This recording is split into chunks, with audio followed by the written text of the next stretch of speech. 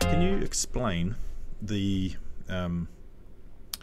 how the compliance schedule correlates to the building warrant of fitness? Absolutely. Yeah. So let's just take a brand new build. Here's a multi-storey apartment building. It's through the consent process, gone through construction, and there are these services. There's a lift, sprinklers, alarms, auto doors, and so on. Through that process, the council's required to craft this compliance schedule. It's a document. It lists those systems and features I've mentioned that are safety ones, talks about the frequency of inspection, who's responsible, and it could be some of the owner's checks along the technical IQP, and what standard they are to check to. So there's a recording for that journey of what has gone in the building and what's to be maintained and how often.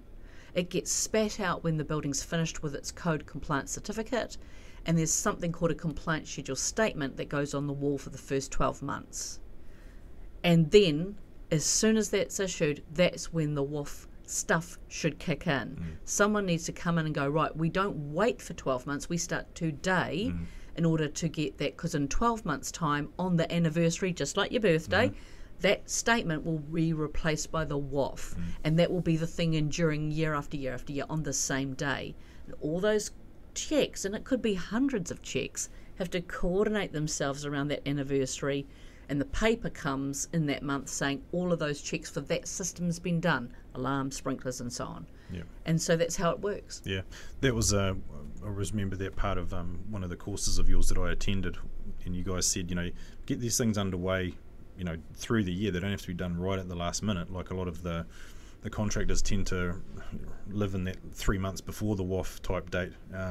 But you can work on things as long as they're done in the previous 12 months. Yeah, right? So let's take a good example. Like if you take Auckland Hospital, I would hate to count how many backflow preventers they have. Like it's a bit of equipment that keeps water from safe drinking water being contaminated by bad water.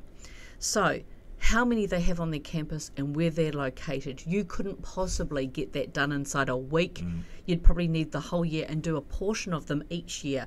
And what we need near the anniversary birthday is saying that system is working, that each month someone's done that portion, and that, let's say that, 400, 300, 500 have all been done, and the statement comes on the birthday, right? So that makes sense. If we're talking about fire doors, exit doors, signage, that's a monthly check anyway. So every month you're supposed to be doing some stuff, but that might be security company, housekeeping, helping the technical people do that kind of journey. And so it's working within that structure to make sure that all those checks have been done and adequately serviced. If you go, right, let's say a smallish building and it's got a lift, well, it tends to be June when that's being done, right? So you go June, fine, perfect. And they go, well, the WOF's sort of due at September.